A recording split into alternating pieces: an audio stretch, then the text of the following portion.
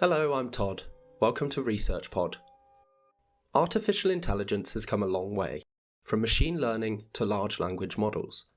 But questions remain about how we can make these systems more transparent, trustworthy, flexible, and ultimately human-centered. That's where fuzzy logic comes in, as a way of embracing uncertainty and nuance that helps computers understand the world more like we do. This episode is part of a special ResearchPod series on fuzzy logic, created in collaboration with the FM Square Foundation. Through conversations with world-leading experts in the field, we examine how fuzzy systems connect mathematics, meaning, and perception in relation to the upcoming booklet on fuzzy logic. Today we speak with Professor Edy Portmann, co-head of the Humanist Institute at the University of Freiburg, and president of the FM Square Initiative, alongside Professors Irina Perfilieva, Vilem Novak, Cristina Puente, and José María Alonso. Thanks for having us here. My name is Edy Portmann. I'm a professor of computer science at the University of Freiburg. I lead there an institute that is called Humanist. Humanist means human-centered interaction science and technology. And I'm also the president of initiative called FM Square Initiative. That means fuzzy modeling methods that we apply to create more human-centric technologies. So I can continue by myself. My name is Irina Perfilieva. I am from Ostrava University, working there as a professor of applied mathematics. Actually, my occupation is fully academic. However, our institute, so in parallel with academic style of just making lectures and working with students, we also have research institute called the Institute of Fuzzy Modeling, in short. So this institute actually takes a lot of our activities in research. Mostly the research in the past was focused on fuzzy modeling. However, now we changed directions and now we're mostly involved in various branches of AI, trying to make it transparent people. This is the main focus. My second job is connected with Poland, with Krakow Technical University. In this sense, it is more research-oriented. And there also we are just trying to activate or to just launch many European projects based on Horizon calls. I am also from Ostrava, from the Czech Republic, and I work in the same institute, the official name Institute for Research and Applications of Fuzzy Modeling.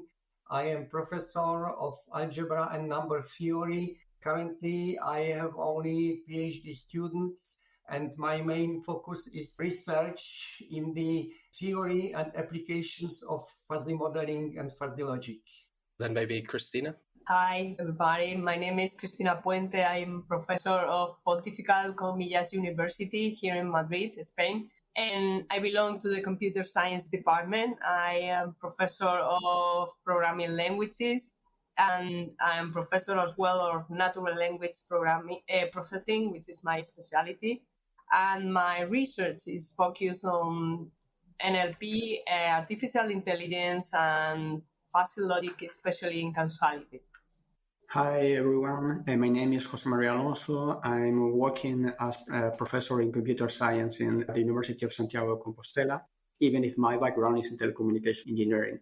And my research work is done in the Research Institute on Technical Systems related to AI in the University of Santiago. With my background or my main contributions on responsible AI, trustworthy AI, and looking for applications of this, using mainly a fuzzy set and system from the point of view of transparency, explainability, and so on.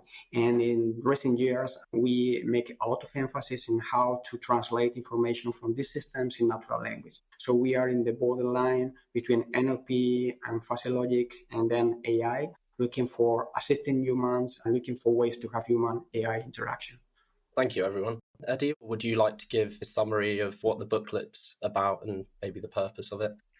So we are creating a booklet where this interview will be a part, although the interview will also be online as audio interview, where you can hear it only, and we will translate parts, or we will convey parts to texts from this interview that we are going to do just in a moment. The idea is that we create the booklet to make it more understandable why perception-based fuzzy models are an alternative or maybe an enhancement of classical binary AI systems, and we want to introduce that to the interested readers. Brilliant, thank you. And I guess starting with the first chapter of the booklet, which is on physistics and designing for the unpredictable human, what you've just said is about capturing that imprecision that binaries sometimes can't.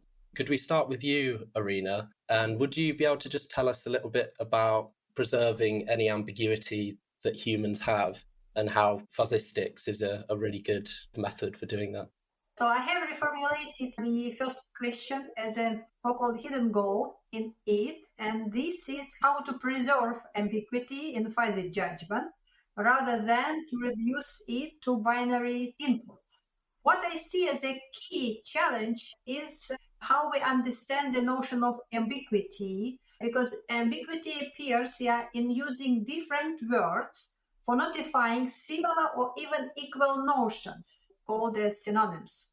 Therefore, in order to work with judgment making in word, like if you remember the program called by Lot Fizade Computing with Words, in order to realize this program, we shall make the first agreement which words are taken as very similar, and this means that we will process them in the same way, just unify them into one category, and which words are really different. So this means that their processing will be performed in a different way than we process the first category of assessments. For example, if we use the word big as a word which we use for making assessment, then this word big has a lot of synonyms. For example, large, major, massive, heavy, important, great, whatever.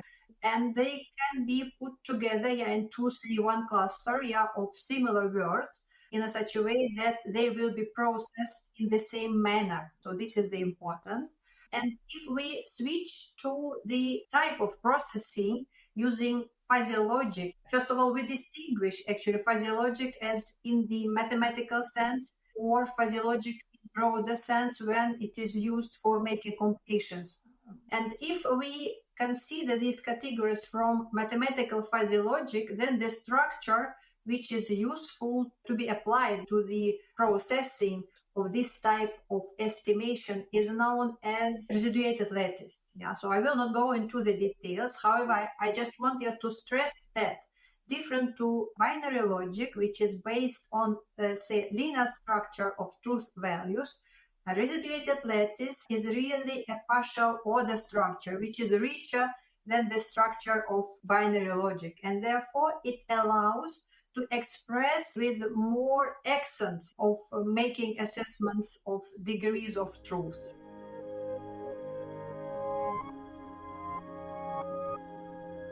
To follow that up, you did talk a little bit about phrasing and how certain human phrases sometimes aren't quite represented by truth values of binary code. And I was just wondering, from a statistical modeling perspective, how can we preserve the richness of human language and compromise in that respect? So today, this statistical processing, this is very now powerful tool, because it is inside neural network decisions, actually how neural networks, make decisions based on this statistical learning or statistical decision making. However, we shall understand that also statistics communicates with us using a grid system of estimation, for example, and mostly they are numbers expressed as procents of just estimation of this or that judgment.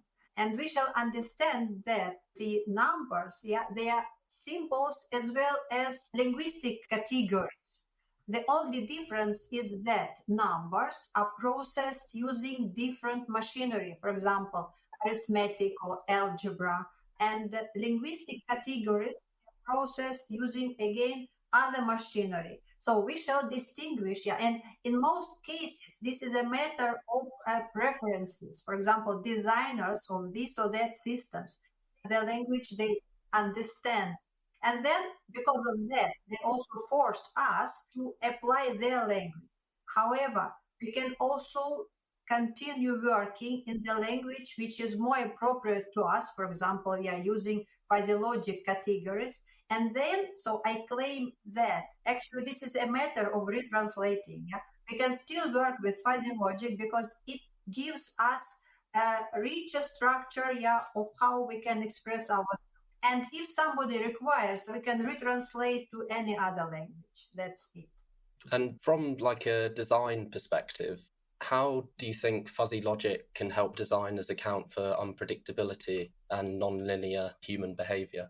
So if we are focused on modeling of human unpredictable behavior, then we are close to the working with AI systems, because actually they are responsible, or they are connected with the activity of our brains, and therefore what brains produce somehow is imitated by neural networks. And therefore, in order to connect fuzzy logic machinery with neural network computation, again, rely on what I just claimed before. We shall understand that these tools are only on the formal level are considered as different. However, they have a lot of similar machinery, when they process data. And actually, now I can refer to the last results, which I have, because for a longer time, I'm working on the fuzzy modeling expressed in terms of the so-called fuzzy transformations. So this fuzzy transformation actually does the job. It connects the problems that are formulated on one language. Mostly this is the language of functional analysis. And then from this language, the problem is formulated into the language of fuzzy modeling things. And then now it is possible to connect also the machinery of fuzzy transforms with the way how neural network computes or how it just obtain outputs from unknown inputs. And this is the matter of statistical learning. So once again, to summarize, this claim is that mostly the different way of processing, it is matter of taste. And we should not forget about deep theory, which was developed during the years where fuzzy logic, in a broader sense, was on the top of the research community. So I think that we can continue in that direction, being acquainted that the ideas and tools and achievements that were really elaborated in that field can be retranslated to the new demands of the society, which prefers to use the tools connected with neural network computation. That's my answer. Thank you very much. I think we'll leave it there for chapter 1. Thank you very much for your responses. If we could move on to chapter 2 and chat to you, Vilem. Chapter 2 is on using fuzzy logic as engineering intelligence. So perhaps we could start with membership functions and degrees of membership, like being in a room that's 70% comfortable or 30% warm. And we're wondering, from a modeling standpoint, how do we determine or validate these membership functions in real-world engineering systems? Okay, I will start with a general proclaim that fuzzy set theory provides a mathematical model of the vagueness phenomenon. And vagueness phenomenon is inherent in linguistic semantics, in the semantics of natural language, and also, which is related to that, in common sense human reasoning. Let me say, what does it mean, semantics? It occurs when we try to characterize a grouping of objects which have some property which is imprecisely given. For example, to be warm, to be hot, to be fine, and so on. And here, objects are, say, various degrees of temperature. But to classify all objects having the given property, we realize that it cannot be modeled by a set. It is simply not a set. And therefore, we suggest to model it by a fuzzy set. In other words, by the main idea of fuzzy set is that instead of saying that a given element has a property, it suggests that it has this property in some degree, for example, 0.3, 0.5, and so on. And the meaning of words or expressions of natural language are in fact names of so-called intensions. Intension formally can be modeled by a function from the set of context, possible words, into a set of all fuzzy sets. And if we specify one concrete context, then what we obtain is an extension, and this extension is a fuzzy set. And shape of these fuzzy sets is determined by logical and linguistic characteristics of the given expression. So, for example, what Irina was saying about big, this fuzzy set has typically shape like that, something like that. I have it on my slides, which you cannot see. And this shape follows from the analysis of the meaning of such expression. So my general answer is, if we begin with what the given expression, meaning such an expression has, and we characterize its properties, then we come naturally after specification of a given possible word or given context to the corresponding shape, and we can deal with it. Thank you. Related to that, fuzzy models are often praised for being transparent and interpretable, unlike black box thinking. And I was wondering, how do you balance this explainability with scalability when it comes to engineering intelligence? Well, this is related. Well, there are two things. Explainability, in my opinion, fuzzy logic can help very much by its ability to model the meaning of expressions of natural language. There is a theory of special class of expressions. They are called figurative linguistic expressions, which have typical trichotomy, small, medium, and big, and all words which are related to that. So this is the second thing. The first thing. And the second thing is the so-called curse of dimensionality. It is a problem, and all models are facing this curse of dimensionality. In case if we use fuzzy models, which are consisting of fuzzy if-then rules, the solution is to split such a, I call it, linguistic description into a hierarchical system of linguistic descriptions. And each member of this hierarchy models a specific phenomenon of the system which can be explained, which characterizes the given area of which this submodel in this case is representing. And the whole hierarchy then provides a global view of the whole model and provides a well-interpretable and explainable way what our fuzzy model is doing. Another criticism of fuzzy logic is associating it with soft science. And I was wondering, how would you yourself respond to that misconception? And what do you think engineering is misunderstood for in this respect? I think that this misunderstanding comes again from simply that people don't realize that fuzzy logic is a model of vagueness inherent in the meaning of linguistic expressions. And in general, I can say that fuzzy logic is a highly sophisticated and complicated mathematical theory that has nothing in common with soft science. Fuzzy logic and fuzzy modeling, they apply deep results in algebra, set theory, formal set theory, mathematical logic, functional analysis, numerical analysis, and some other mathematical theories. And so we can say that fuzzy logic provides a model of imprecision, but its theory is rigorous and precise.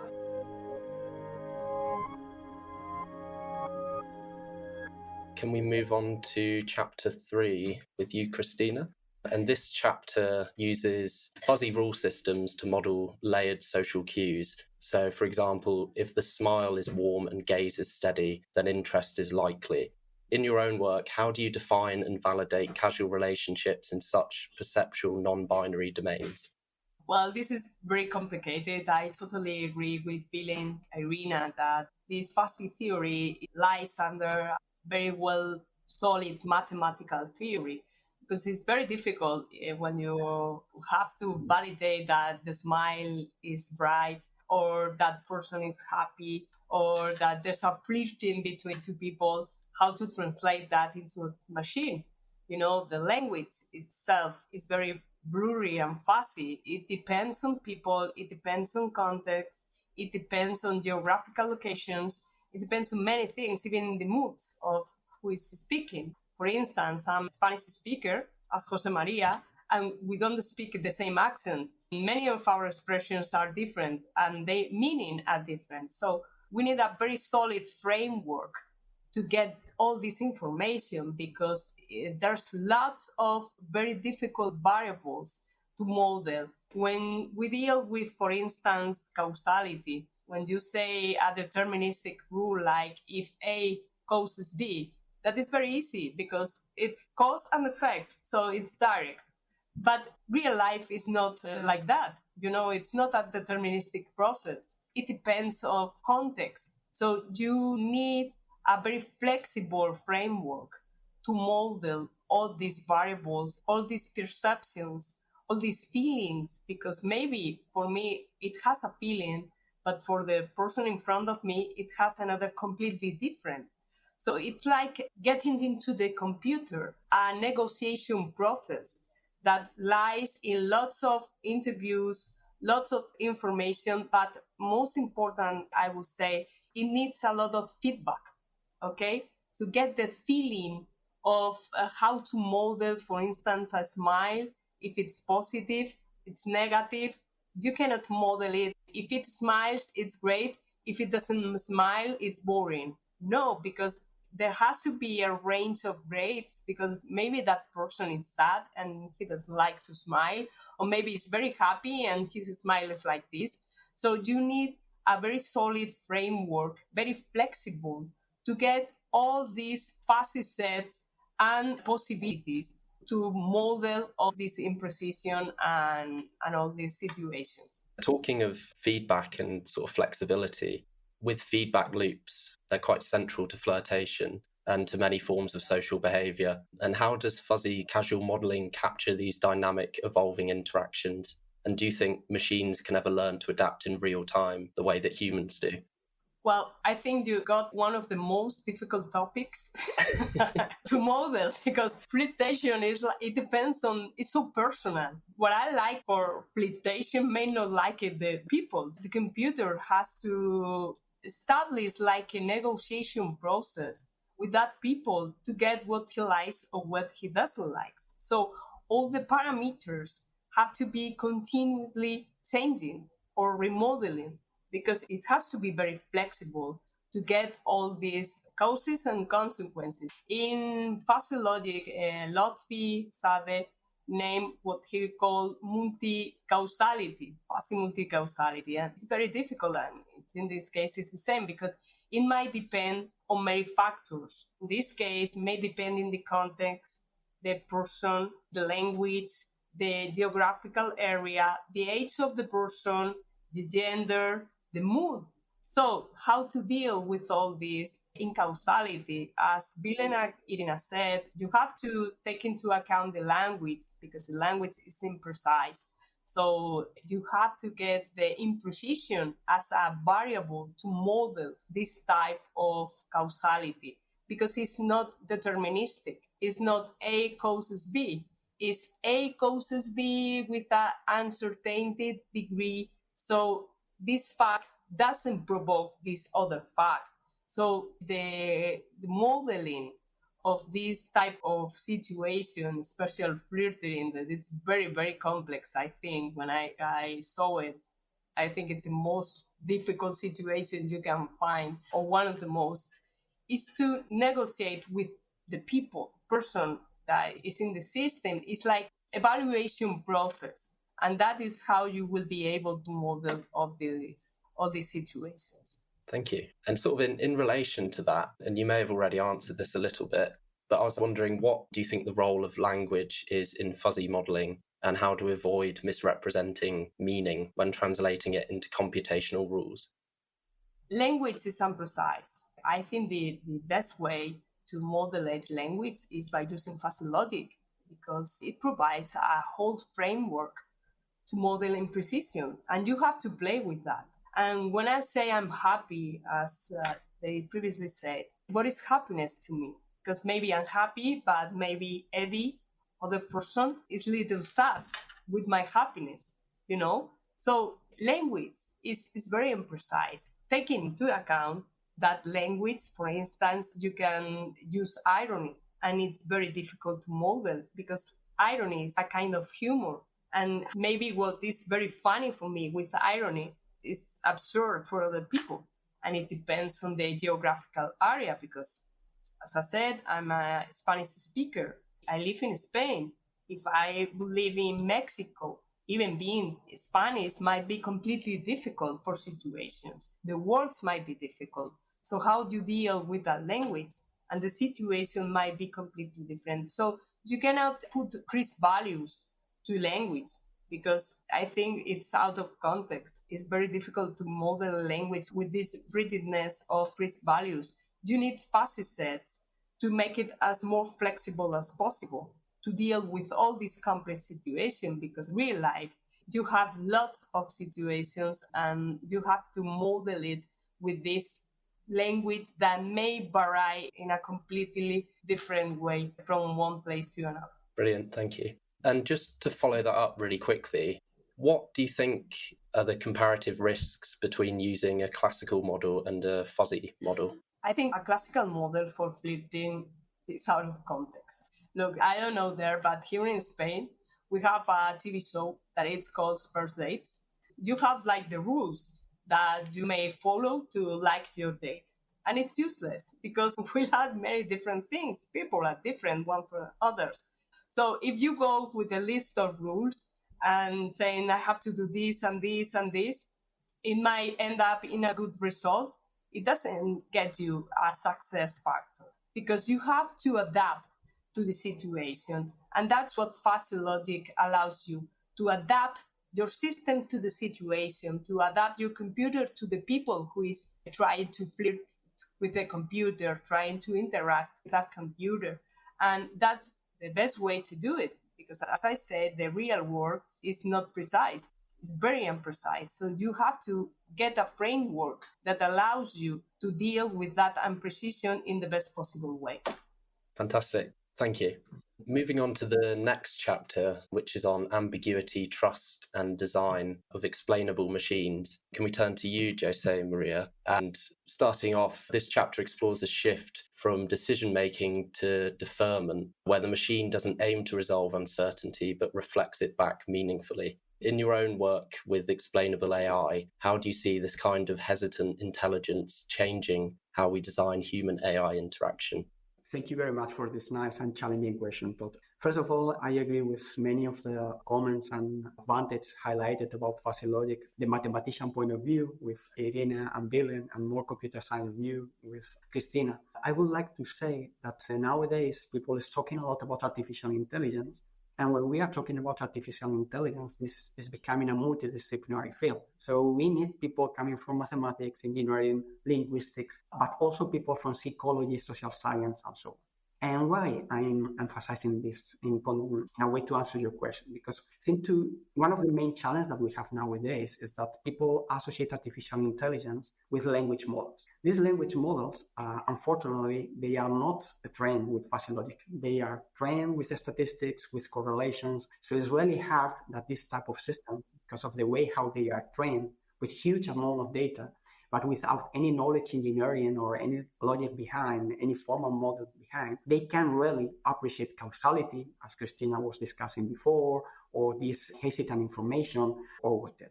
And for me, the main problem is that people interacting with this type of systems, they have the feeling or the illusion that they are very good, very intelligent, because they are replying in natural language, but they are not aware of how the system works from a technical point of view. So that means that they are not aware of the limitations of this type of systems. And then that could create high expectations in what you expect from these language models or these AI systems. So one of the main problems is that we need to learn more from humans. If I'm asking questions to a human, I know that not everyone knows everything. So sometimes I can give you an answer. Sometimes I can say, sorry, I'm not sure. I don't know how to reply to this. I need more information. I don't have all the contextual information to make an answer that could be good for this. But these LLMs, they are always giving us an answer that seems to be appealing, that is attracting our attention. And they don't say never, I don't know. So this is something that people understand that is a strong limitation. I know there are people working on that, trying to teach the machine to try to communicate when they know and when they don't know, and learn to say, I don't know sometimes. And this is related to something that people call uncertainty quantification, and how models can convey to users the level of uncertainty that they have, in the sense that they can be very, very, very sure in their answer, or they can have a lot of ambiguity in their answer, as we have in natural language. They were discussing before, ambiguity is natural, how we can compute and how can make the perception of this ambiguity to be communicated to humans. And here, I think we have a big gap, And we can use fuzzy technology as the way to try to help the way how we teach the machine to manage this type of things. But current systems, they are not able to manage yet. Thank you. That's really interesting. And the uncertainty quantification, I think that's really interesting as well. When building AI systems, how do you incorporate that sort of interpretive feedback loop where the system doesn't just give answers but evolves its suggestions based on the ongoing input? Here, there's another interesting issue or another misconception in general is that historically, fuzzy set on system is not something that comes new yesterday. It's something from the 1960s when these concepts were formalized. So that's why we have a strong, solid background on that. But if you look to the history, the first systems, those that were very successful, they were expert systems. There was some expert designer that were defining all the mathematical logic that was behind. Nowadays, however, we are living in the age of artificial intelligence, let's say the age of deep learning, because actually what people call AI are these big neural networks, where there are no humans in the loop, where the idea is just only to give data to the machine. So we understand that if we want really to make an effective design, we need the humans in one way. And to incorporate the humans in the loop and to have this communication with the humans, we need to capture the perception of humans and to understand the feedback given by humans. But if the current machine, as they are defined, they are not able to understand properly this feedback given by humans, we need to add something else to the machine. And here again, I think that fuzzy logic can help. But the big challenge is how we can combine this expert knowledge that a human could formalize with this knowledge that emerged from data that we need to formalize in a way that is sounded mathematically, with fuzzy set, with fuzzy transformation, with all these ways to represent linguistic information in a way that the machine can understand. If this is done in the proper way, then the feedback that we have could really help the machines. For example, one of the things that we do is that we give some example. What people do is using prompt engineering, giving a list of examples to the machines to try to understand better how to proceed. So, but how to do this in a way that is natural? How we can make an interactive dialogue? In this interactive dialogue, if we were explaining to humans, we need a calibration. As my colleagues already emphasized, we need to understand each other. So it's not just enough with a common language. We need a common ground, a common context to understand in at least a very close way the same concepts of the same context. If this is not the case, we can use the same language, Spanish, English, Czech. But if I'm a clinician and you are a computer scientist or a mathematician, probably we are using the same linguistic terms, but we understand totally different things. And then there's no way to fill this gap. So again, there's no way to give the feedback. Also, it's important to consider, for example, how language models were trained. They were trained and making conversations, giving some punishment or reward, and then retraining the models. And this is something that we have to be careful because we cannot just change the information because of the replay of one human. We need to think about when it's possible or not to update the knowledge of the system, because otherwise we can suffer catastrophic forgetting or any other effects that are also negative. For example, we know that people try to fool dialogue system. So you try to make some question that is hard for the system. So if this knowledge were incorporated dynamically without any type of guardrail or a way to verify that is good enough, we have the risk that our system became biased and became to use a language that is not appropriate and could have a very negative effect at the end. Yeah, and when building your models to handle overlapping or conflicting informational cues, how do you build them to decide when to act or when to wait, for example? What we try to do is to do systems that are robust in the sense that they have different alternative ways to answer, for example. So we have a knowledge that was provided by expert, knowledge that could come with information retrieval for several documents. That's like having different opinions of different experts, but it's already formalized and given to the model. So we try to check and to verify when someone makes a query, if we are able to answer to the query or not. To decide if we can answer to the query means that we are going to look to the resources that we have that are supposed to be curated, validated by some human that know about the topic. And if we don't have information that is deemed to be ranked as relevant, then our reply is, sorry, I have no information, I cannot answer to it. If this is not the case, if I have some source of information that I can use, Then I try to elaborate an answer. Usually, we first make an answer to the question that is, if possible, template-based. That can sound very robotic, old-fashioned. It's not just a language model, but we know that is trustful, that is following the facts and can be verified. And then maybe we can use language models to rephrase, to make it more natural for humans. But we have the chance to verify that the final piece of information that we are going to communicate is supported by some fact that we already have in a knowledge base or whatever. So that means that we use in our applications pre-trained models that are for general purpose. We fine-tune or adapt this model for very specific applications because we believe that we cannot have a machine that speaks about everything, but we can do very good machines speaking for specific topics. And then we can train those machines on those topics and verify that they are talking about things that are verified by experts. So we can have pilot, we can have expert talking to the machine, and when we are sure that this is working, then we can pass to communicate with the regular public. And I think this is important because it's not just to give the dialogue system to communicate with everyone, but try to go, take your time, make evaluations, and validate your system. And in my opinion, current language models, they have a lot of marketing. They promise many things that are not very well validated. They are already there on the shelf for everyone to use without having been tested properly with time.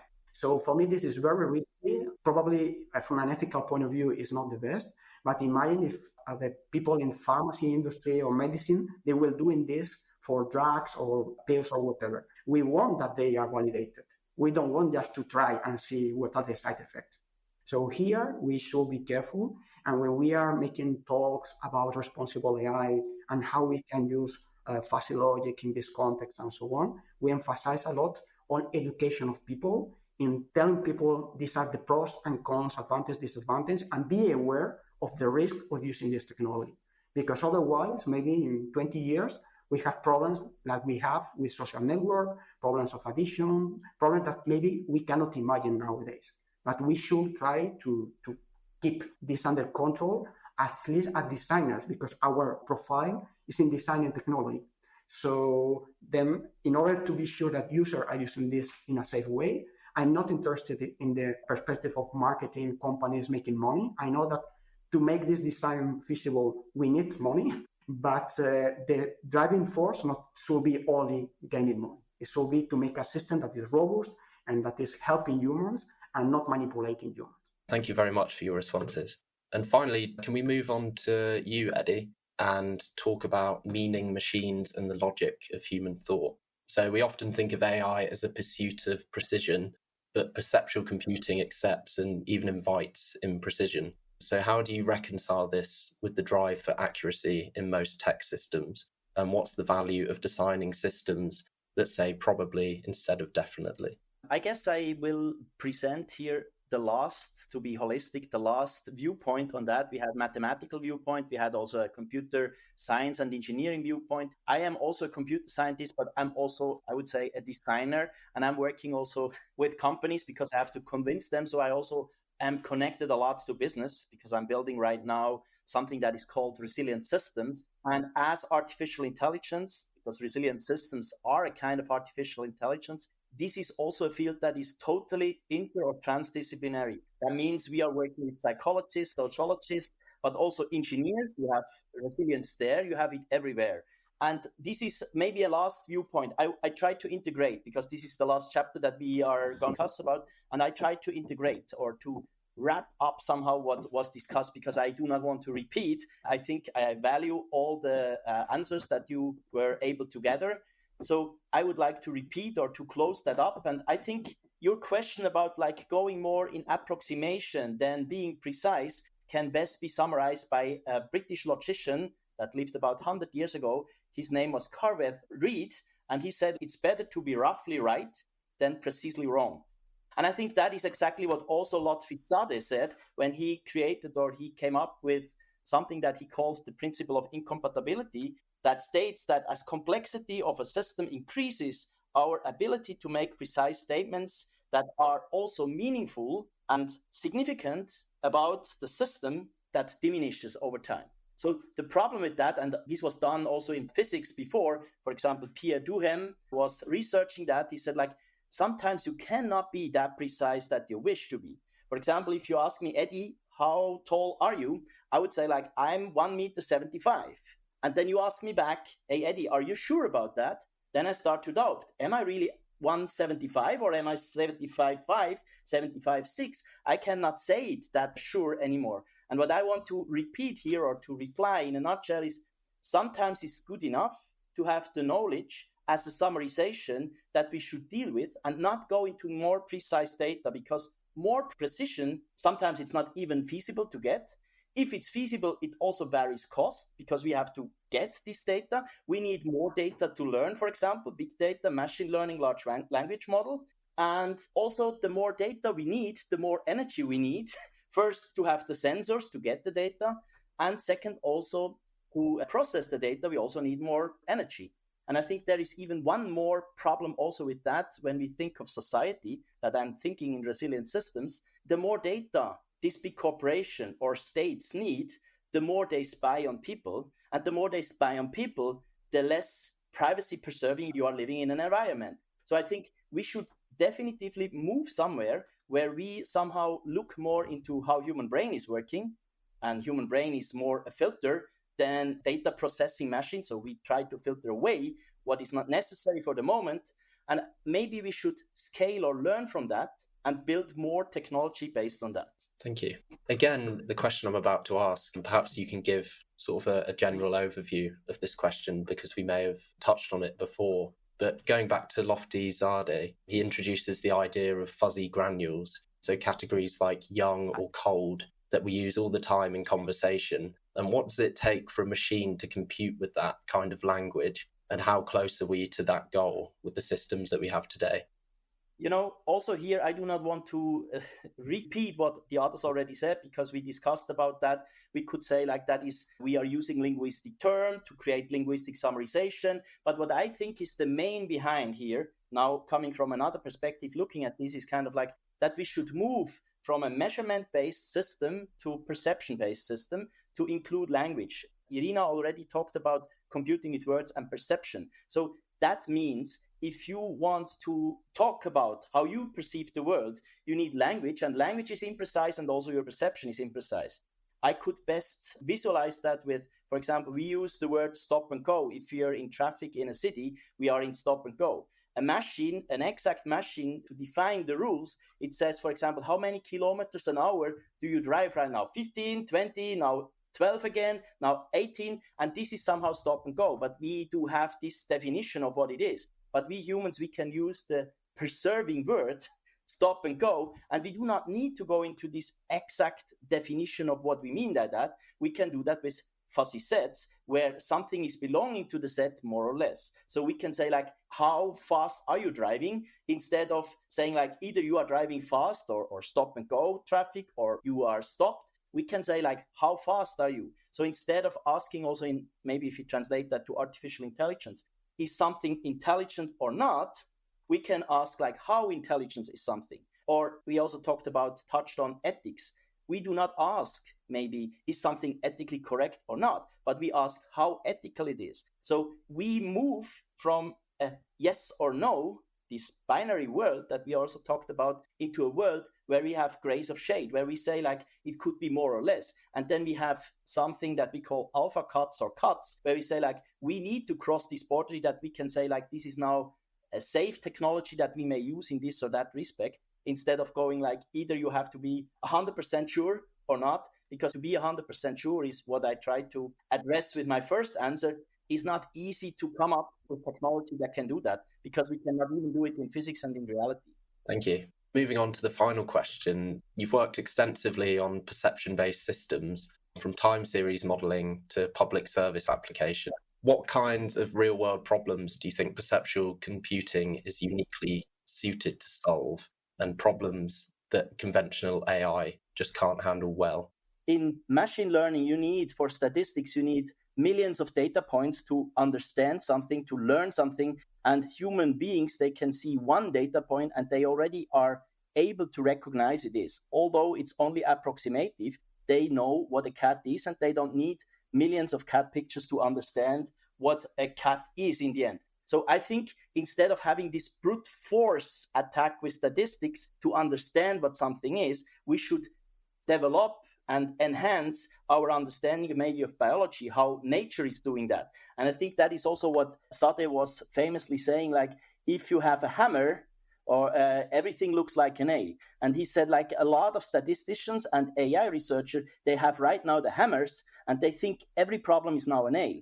But what I would argue for is we should also look at other problems and maybe other solutions that are coming from nature. We already talked about cybernetic feedback loops or systematic feedback loops. We learn with the system, not totally independent from the system. So I think we should look and stress somehow what these systems or what nature is doing and include that also in the system.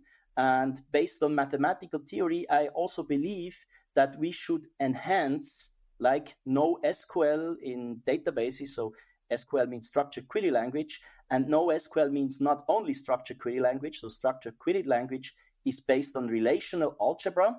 And NoSQL means that we still use this, but we do not only use this. So not only SQL. And I think in the same paradigm, we should enhance this probability means that we have right now, that we need statistics to predict, like this large language model do. We also need to explore other possibilities, as for example, the possibility theory as an enhancement of the probability theory. And I think this is something where I see a lot of research that we still can scale and improve the system so that the system can be closer and connect better with human beings instead of being an alien technology that somehow mimics that it's intelligent, but in fact, it's not intelligent. Thank you, Edy. I just noticed that we're coming up to about an hour now, so it's probably a good place to stop. But before we do, I was wondering if you have any concluding remarks, perhaps about the topics covered in this booklet and perhaps your purpose for it. So maybe the others can add on, because the booklet is about how we could use this fuzzy modeling to even understand better what does language mean, the meaning, the semantics, but also what does it mean, for example, of us humans to perceive. And we do not perceive like yes or no, we perceive in a bandwidth, and we could use fuzzy modeling to do that better. And that's somehow the idea of the book, to make it for readers understandable. It is on a not so high level in mathematics that we go in depth as we just discussed here. The idea is really that the reader can see the benefits when we are talking about human beings, what is special about human beings, and how can we somehow create better interfaces between technology and human beings. And maybe I can sum it up with something that is coming from robotics, as Jose also talked about, a field that is called embodiment. So in the embodiment field, the people say, like, you should have a body to become intelligent. So you cannot do that without the body. If you're only a program, maybe this is not real intelligence. And I think in embodiment, we need better sensors that can understand nature in another way than what technology is doing this day with radar or LIDAR. So maybe we should move from a measurement based, where you say, like, that's a meter, that's a liter, that's this and that, to a perception based, like, how far are you, how warm it is. And we need structures that we can integrate this, also that we create more intelligent system. And I think that the movement or the integration of fuzzy modeling into this can help to go this direction.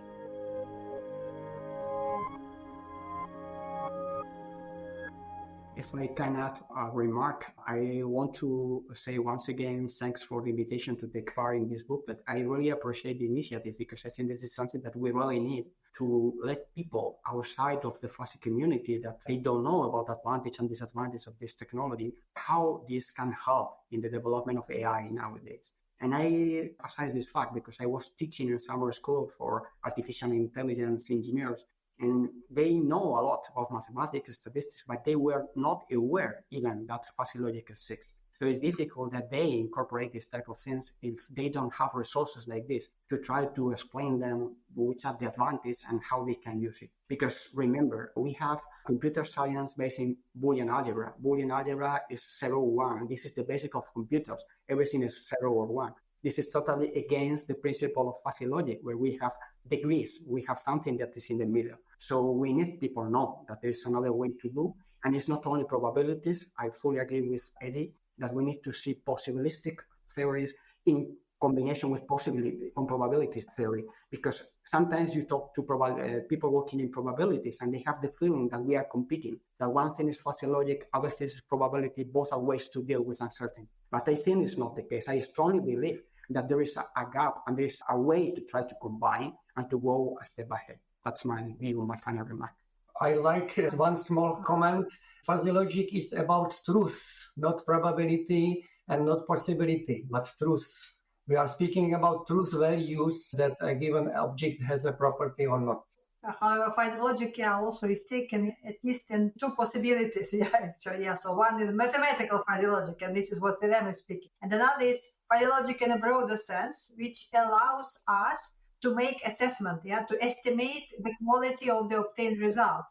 And Jose was speaking about probably the second possibility. What I wanted also to add is just remark that what we are observing, at least in this situation with AI and neural networks, is exactly was Lotfi predicted, and as Edy cited this. When the system is becoming more and more complicated, then we are not able to characterize its behavior in precise words.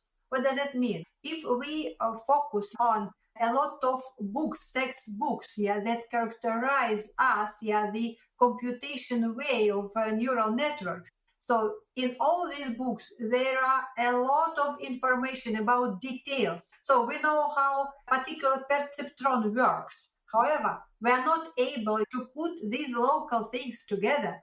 And therefore, we are facing the situation of explainability. So explaining one step is not enough to explain behavior of the whole system. And in this respect, probably fuzzy logic in broader sense helps us to just cover, this gap. So that's my message. Thank you very much. And thank you to everyone for taking part today. It's very much appreciated.